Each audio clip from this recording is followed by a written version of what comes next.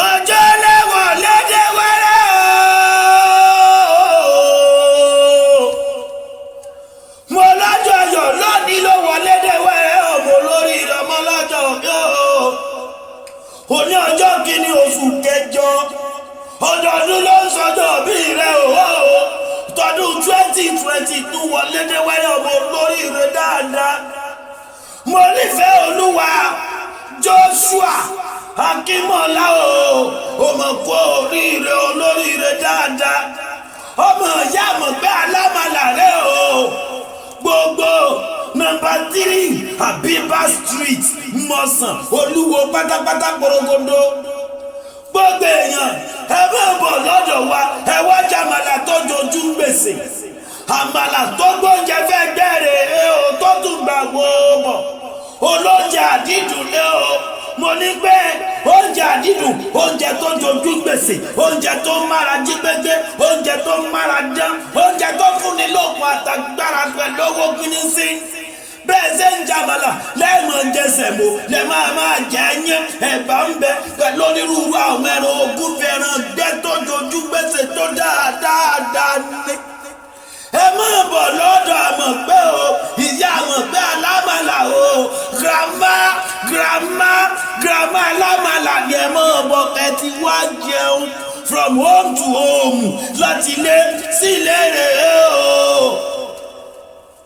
mo láwa lálẹ́ fún ọ ní quality oúnjẹ tó dáa tí ìyàwó rẹ̀ Joseph fún ọ nínú ilé òun láàfún ọ lọ́dọ̀ tiwa léèfẹ́ tiwa lọ́dọ̀ ìyá àmọ̀ pé alámàlà ọmọ grandma o. ìyẹn ní nọ́mbà 3 Abiba Street Mọ̀sán o. ìyẹn ní Mọ̀sán Olúwo lè kó akété ń bí lé. kárẹ́ o ìfẹ́ Olúwa jẹ́ ìrẹ̀lẹ̀ bàbá tó bí ọlọ́mọ gẹ́gẹ́ bí màmá rẹ̀ bó ṣe rán mi. ó lẹ́yìn lọ́mọ wọn ló ń lo ẹ̀gbin ìyẹn lóde ìrẹ̀lẹ̀ òde ìrẹ̀lẹ̀ rẹ o. ìrẹ̀lẹ̀ ọmọ ẹkùn o ọmọ ẹkùn rẹ o. ẹ̀yin náà rẹ o ẹ̀yin ni ọmọ owó níbi owó ti gbẹ́nso tá a sì rọwọ́ ká lé bàbá tó bí yín lọ́mọ èyí lọ́mọ wọ́n ayé ọ̀nìkan lọ́ba lọ́ọ̀lù ẹ̀gìn èjìnígbé kò gbọ́dọ̀ máa jẹ wéèrè bẹ́ẹ̀ ni wọ́n gbọ́dọ̀ jẹ gbòǹgbò mẹ́ ìrè níbo gún ni yín ara alágbẹ̀dẹ ọmọ awúkọ́gbìn bí èrè fìmù lọ́nà tìrè ẹ̀yin òǹdó lọ́ba arẹ́yìn jàjọ ògùn o. mo ní bẹ́ẹ̀ bá lẹ́ẹ̀ni jàjà ọ̀jàjà láwọn gbèmí bó bá dọ̀la torí jí ni gbé ni yín ọmọ apanu yẹ́kẹ́tẹ́ etí ilé mẹ́jú òròyìn ogun barafagbẹ̀ òtógùnmọ̀ tó ẹfẹ́ rútọ́rẹ̀ lé bàbá tóbi yín lọ́mọ ẹ̀yin lọ́mọ àgbà òkèrè ọ̀dà òkèrè kúndarú ohun gbogbo náà ní tóbi lójú àrùn pẹ̀lẹ́ ọmọ alọ́tì ìwẹ̀ bí odò òyìn lóńdó ẹ̀gìn gbogbo ìrèlè wọ́n náà yẹyẹ mi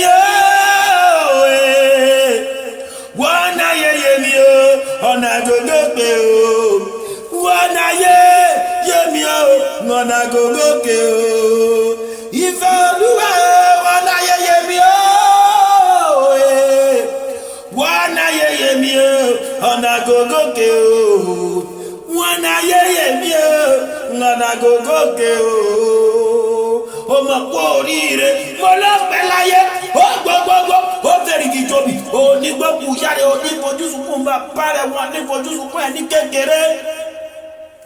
pẹ̀lẹ́ ọmọ máa wo lóríire ẹ kú oríire ọmọ yẹn alámàlà ó gbogbo Mọ̀sán happy birthday